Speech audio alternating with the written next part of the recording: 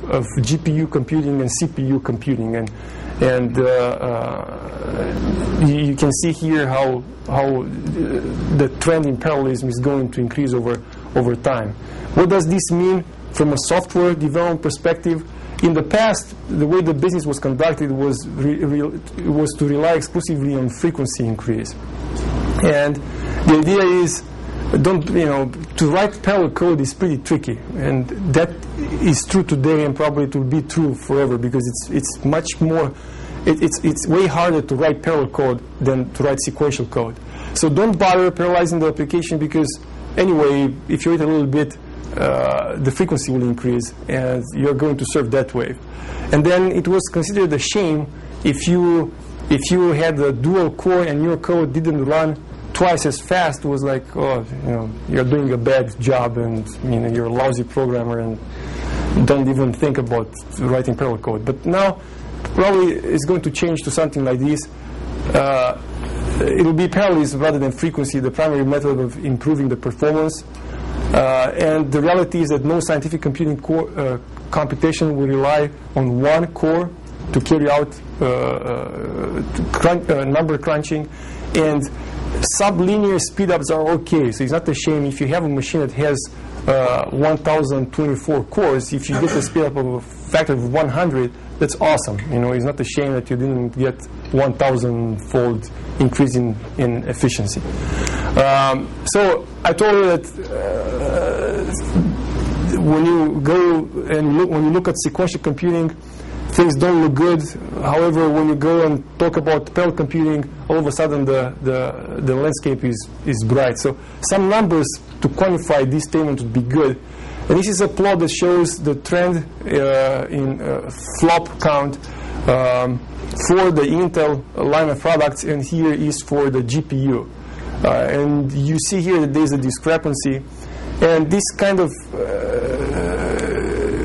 goes against what Cray said back in the day. He was of the idea that if you have like two strong cores, it's much better than having like a bunch of chicken, the way he called it. So he said, if you're plowing a field, which would you rather use, two strong oxen or 1,024 chickens? And apparently chickens are like awesome these days. So moving on and looking, I have to qualify this plot, okay? Just to be fair in this comparison, this is single precision while this is double precision. So it's not quite an apples to apples comparison, but I'll talk about it later. So, like, which benchmark are they running that on? Are they like what application? This is possible peak rate. So it's no lean pack or anything like that. It's theoretical peak rate. And here, this is a comparison between the GPU and the CPU, and I listed here the models. This is incidentally the latest GPU card, and it has 240 chickens. They are very light cores. It has 4 gigabytes of memory on the card. The clock speed is 1.3 gigahertz, and this is the frequency that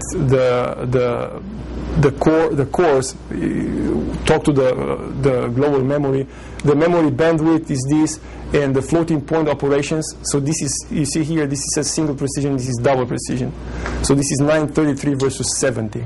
So it's about something like 12-fold increase. But the funny thing is that although it's a 12-fold increase, I will show you some plots, and people get speedups of a factor of 100, which is completely counterintuitive. But it goes back to that idea of keeping the cores busy. Okay, that's the secret there. So this is how a GPU looks. That's C1060. Hamad here, he put together.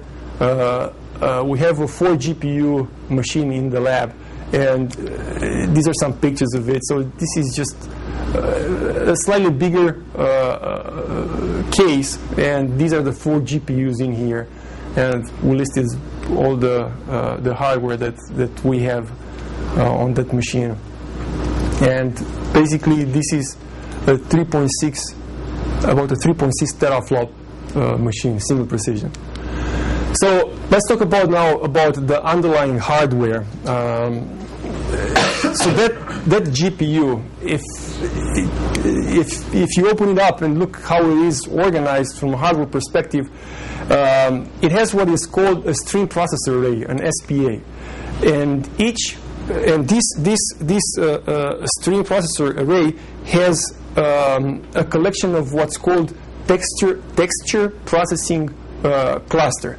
On the C1060 card, each of these guys, they have 3 streaming multiprocessors, okay?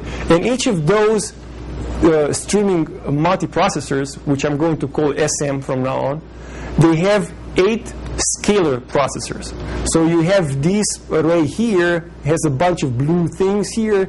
Each of these blue things has 3 red things, and each one of these has 8 of these. And this is how it's breaking down here. So one SPA has 10 texture processing cluster. Each one has 3 stream multiprocessors, and each stream multiprocessor, because it's a multiprocessor, has 8 scalar processors. And this is where the numbers get crunched. Okay.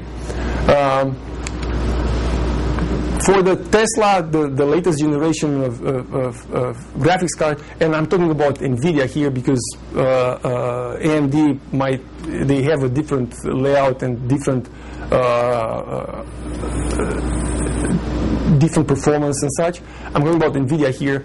You have here 240 of these red scalar processors.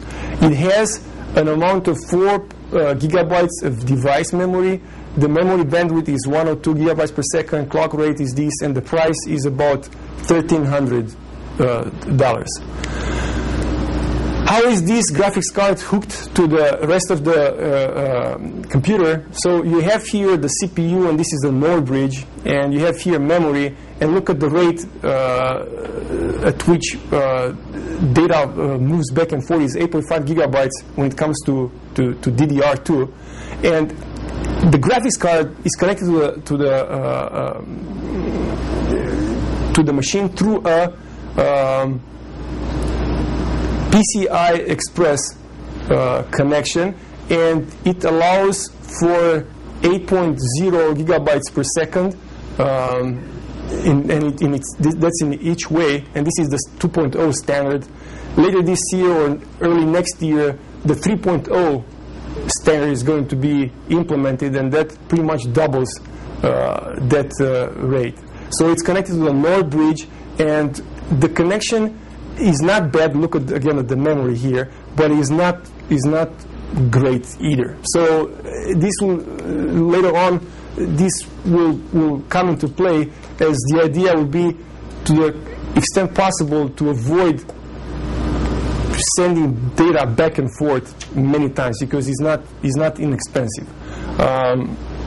This hardware was used in the past. It's not like all of a sudden it came out of nowhere, and it was used back in the era of GPU, general purpose GPU computing. These cards, this hardware is supported by software, OpenGL, for instance.